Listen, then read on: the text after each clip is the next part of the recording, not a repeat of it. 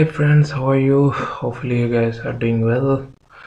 Welcome to Connect Classes, and in this video we'll talk about nanotechnology. Okay, so introduction. A team of scientists has created a nano missile. Okay, has created a nano missile that can be used for effective drug delivery to treat various cancers including breast, colon and lung cancers. Okay, this nano missile was created by a group of scientists. Okay, that can be used for effective drug delivery to treat various cancers. Okay, the nanotechnology or nanotech is the technology that involves the manipulation of matter on atomic, molecular and supermolecular scales. Okay, this includes particles of a scale of 1 to 100 nanometers. Okay,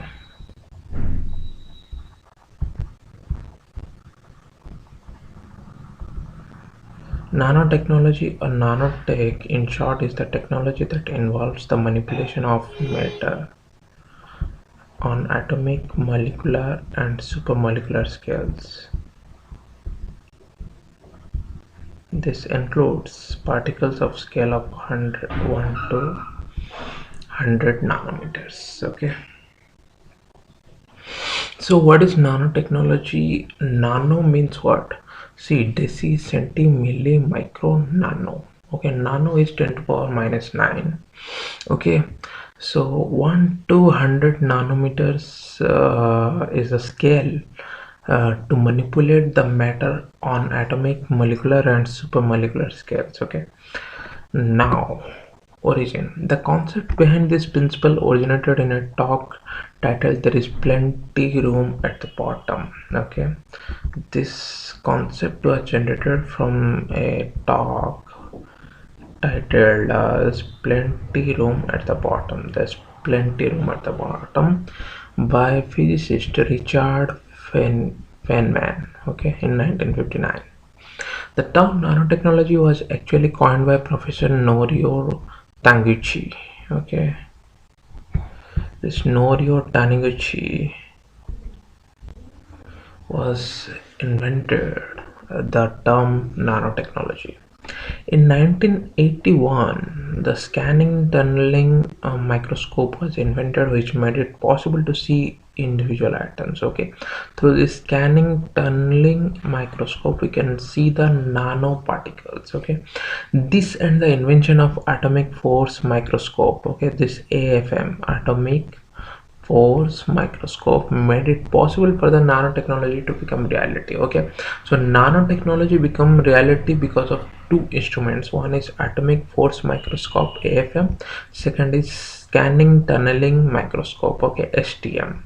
So these two machines, these two invention has made nanotechnology become a reality. Okay, nanotechnology has come a long way since then and now affects many industries. It is an interdisciplinary field converging many streams of engineering and science. Okay, now formation. How nanotechnology formed? Nano missiles are formed when amphiphilic molecules assemble. Okay, amphiphilic molecules, you need to remember this.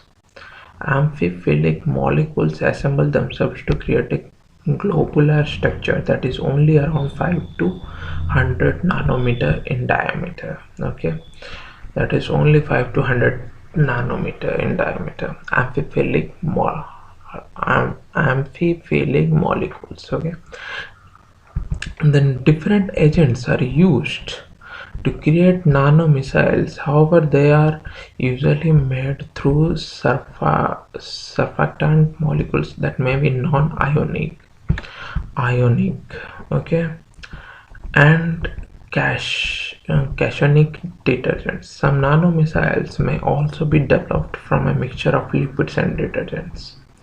Okay, so now this is the nanotechnology. Okay, in this diagram you can see that it is used in medicine, it is used in environment, then household, then industry, then energy, then information technology also.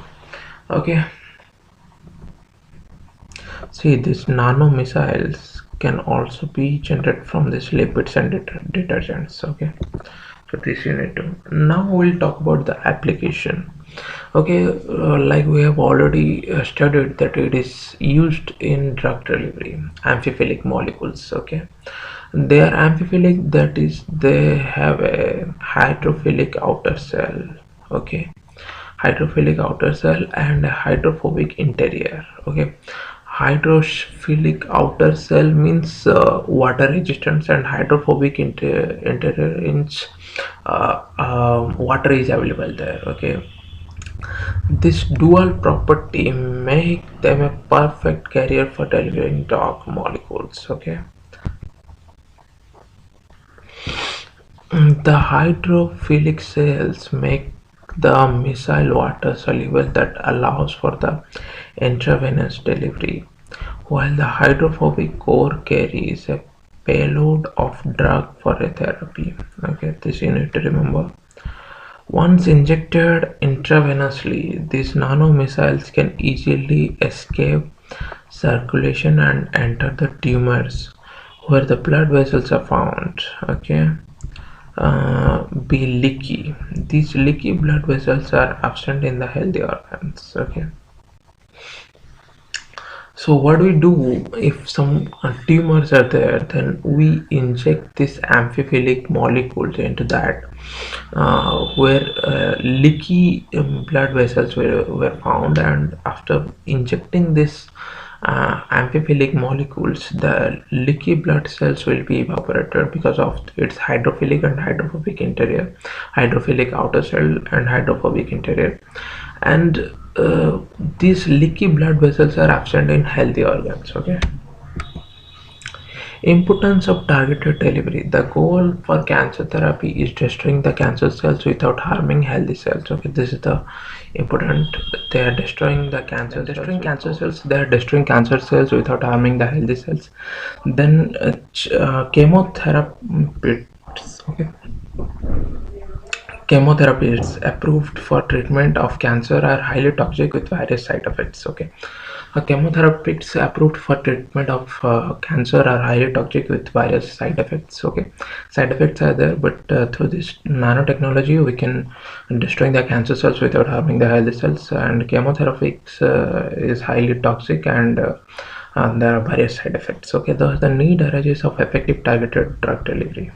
Okay, then healthcare and medicine nanotech detectors for heart attack. Okay, nanotech we detectors we used for heart attack. Then nanochips to check the plaque in arteries. Okay, then nano carriers for eye surgery and chemotherapy. Okay, then diabetic pads for regulating blood sugar levels, and nanoparticles for drug delivery to the brain for therapeutic treatment and neurological disorders. Okay, nanoparticles are used for brain related neurological disorders and therapeutic. Okay, then diabetic pads for regulating blood sugar level. Okay, diabetic pads are used for regulating blood sugar level, basically for diabetic patients. Nano carriers for eye surgery and chemotherapy.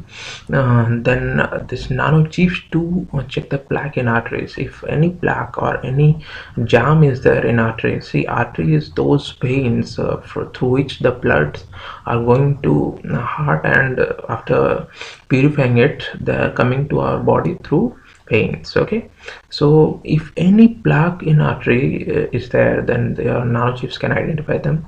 Then nanotech detectors for heart attack. Okay, then if heart attack is there, if somebody is suffering from high sugar level, high blood pressure and all, which may lead to heart attack, then nanotech detectors are used. Okay, then nanosponges are also there, are polymer nanoparticles coated with red blood cell membrane, can be used for observing toxin and removing them from bloodstream. Okay, the nanosponges are there which are coated with red blood cells, and by injecting that into the body, they can absorb the toxins. Okay, toxic they can absorb, and removing them from bloodstream. Okay, so from red blood cells to take out the toxins. Okay, nanosponges are also used. The nanoflares are there, used for detection of cancer cells in the bloodstream. Okay, nanoflares are used for detection of cancer in the bloodstream. Then nanopores are there, used in making DNA sequencing more efficient. Nanopores make the DNA sequencing more efficient. Okay, then in electronics, nano-RAM is there. RAM is random access memory. It is a non-volatile RAM, a random access memory, like I have told you, based on carbon nanotubes. Okay, carbon nanotubes. This is quite I mean, important term, depending upon, based upon which UPSC has asked several questions. Deposited on a chip like substrate. Okay, its small size permits very high density memories. Okay, because of this nano chip, only we are able to save the documents in a very small memories. Okay, the nano optomechanical SRAM, okay, static RAM. This shows faster read and write time as compared to MEMS memory. Okay, also the process cells takes place without interference, which further reduces time when compared to traditional electrical enabled SRAM. Okay, then energy, solar paints or photovoltaic voltaic paints can replace solar panels. Okay, the solar paints also used photovoltaic paints. Applying solar paints to any surface will enable it to capture energy from the sun and transform it into electricity. This can be used in houses and cars. Okay, see, this photovoltaic paints or solar paints is also used as a replacement of solar panels. Okay, so though this is a little bit expensive right now, so they are not hugely used, but in future we can expect that these photovoltaic paints or solar paints can replace the solar panels. Then wind power generation, nano generators are there. These are flexible thin sheets which when bent can generate potential power. Okay, so nanotechnology is basically used to reduce the size to make the equipment more lighter. Okay, so in that way, it enhanced that it enhanced the technology's efficiency, as well as it reduces the size. Okay, then nano batteries are there. These are used to help rechargeable lithium ion batteries last longer. Okay, nano batteries can be last longer as comparing to rechargeable lithium ion battery. Okay, then agriculture and food, nano fertilizers are there. Okay, then hybrid polymers are used in packaging and reduce spoilage. Okay, then hybrid polymers are used for in packaging. Okay, so by using this hybrid polymers we can keep the product for long lasting days. Okay, and reduce spoilage. Sensors for foodborne pathogens. Okay, foodborne pathogens are also there for sensors. Sensors are there to detect the foodborne pathogens. Then nano emulsions to reduce bacteria on produce. Okay, the nanoparticles based on titanium dioxide used as antimicrobial agents. Okay, nanoparticles based on titanium dioxide, which is used in food and agriculture as antimicrobial agents. Okay, nanotechnology in India. What is the scope of nanotechnology in India? Research and work on nanotechnology in India started in 2001 with the formation of the Nano Science and Technology Initiative with initial funding of Rs 60 crores. In 2007, the Government of India launched a 5-year program called Nano Mission. It was allocated a budget of 1000 crores. It had a wider scope of objects and much larger funding. Fields involved in the mission were basic research in nanotechnology, infrastructure development, human resource development, and a global collaboration. Many institutions and departments were roped in for work such as the Department of IT, DRDO, Department of Biotechnology, Council of Scientific and Industrial Research, CSIR, what we called, etc. In both IIT Bombay and IISc Bangalore, National Centers for Nano Fabrication and Nano Electronics were established. Okay, then nano chips to check plaque in arteries, we have already discussed. We are using it in India. Also the nano carriers for eye surgery and chemotherapy, then diabetic pads for regulating blood sugar level, the nanoparticles for drug delivery to the brain for the for therapeutic treatment of neurological disorders. Nanoparticles we have already in the nanosponges also we have discussed for observing toxins and removing them from the bloodstream. Then nanoflares are used for detection of cancer cells in the blood stream. Then nanopores are used in making DNA sequencing more efficient. See, these are the points we have already discussed, but these are the points which are already existed in India. I mean, in India we are using nanotechnology for these variants these days. Okay, the recent use of nanotechnology is antiviral nano coating on face masks. Okay, antiviral nano coating on face masks and personal protection equipment PP kits. Okay, so this antiviral nano coating on face masks also used, and personal protective equipment and PP kits. Okay, we use this antiviral nano coating. Okay, then risks of nanotechnology. What are the risks involved in using nanotechnology? Since this field is still at its nascent stage, the likely risks are contentious. The regulatory authorities like US Environmental Protection Agency and the Health and Consumer Protection Directorate of the European Commission have started assessing the potential risk posed by the nanoparticles. Nanotechnology is the study of potential health risks of nanomaterials. The human body can easily take up the nanomaterials as they are small in size. Okay, however, there is a need for detailed research on how it would behave inside an organism. The behavior of nanoparticles based on their size, shape, and surface reactivity must be thoroughly analyzed before launching them into the market. Okay, so the behavior of nanotechnology, though we are already injecting in human bodies such as nanosponges in blood cells also used, and then nano carriers are there, and these nanopads are used for diabetic control, for sugar level control.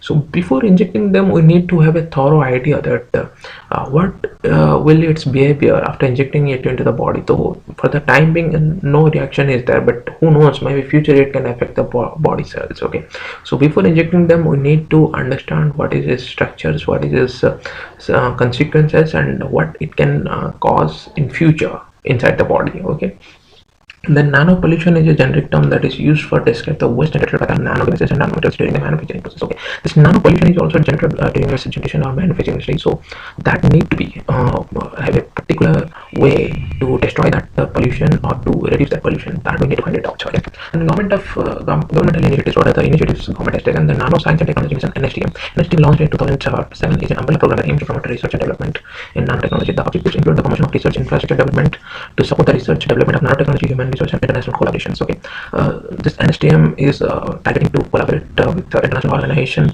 for development of nanotechnology and human resources and the support of research in order to have a huge and explorative wider use of nanotechnology. Okay, the Nanoscience and Technology NSTI initiative. It was set up by Department of Science and Technology (DST) okay, in 2001 to focus on issues related to infrastructure development, research, and application programs related to nanomaterials, including drugs and drug delivery, gene targeting, and DNA chips. Okay, this NSTI is basically focused on this drug delivery, gene targeting, and DNA chips, and including drugs. Okay, the result of this initiative, India has published over 23,000 papers in nanoscience. Okay, India ranked third in papers published in 2018, behind only the USA and China. Okay. There have been many patent applications in this field. So, because of this common initiative only, till now we have published 23,000 papers in nanoscience, and India ranked third in papers published in 2018 behind US and China. So, after US and China, India is third in the world level for the development of nanotechnology and publishing of nanoscience papers. Okay. Then concerns. What are the concerns related to this? India spends only a fraction of amounts spent by countries such as USA, China, Japan, etc. on technology. Okay. So, India's budget is quite low compared to other developed countries. For nanotechnology, the quality of research is also to be improved significantly. Only a small percentage of the papers from India figures in the top 1% of publications. Yes, though we have published a lot of papers, but the quality of those papers, the use of those papers in the world level or human development level is very less. Only 1% of those publications is used for human development. So the quality need to be increased. Only 0.2% of patents filed in US patent office are from India on this field. Okay, only 0.2% patents we have filed for in US patent office. So the quality of the paper need to be improved. There are very few students who take up this field. So few people know about this nanotechnology, and very few people want to study about it. So the students need to be encouraged to study this nanotechnology. The target number of PhDs in nanotechnology is 10,000 per year by Ministry of HRD, which is quite less. Okay, so people need to know a lot about nanotechnology, and people need to be enthusiastic about nanotechnology, and students need to study it very, very in an interesting way. Okay, the contribution of the private sector is minimized domain, even though there is a lot of potential. The private sector is yet to show tremendous enthusiasm. So private sectors are now coming forward to invest in nanotechnology to develop it. Because so that's also the concern of nanotechnology, it's not being that developed in India. Okay, then scope for potential. A team from IIT Madras used nanotechnology to decontaminate arsenic from water. Okay, to decontaminate the arsenic from water, a team of IIT Madras is using this nanotechnology. A team of IIT Delhi has engineered a self-cleaning technology to be used in textile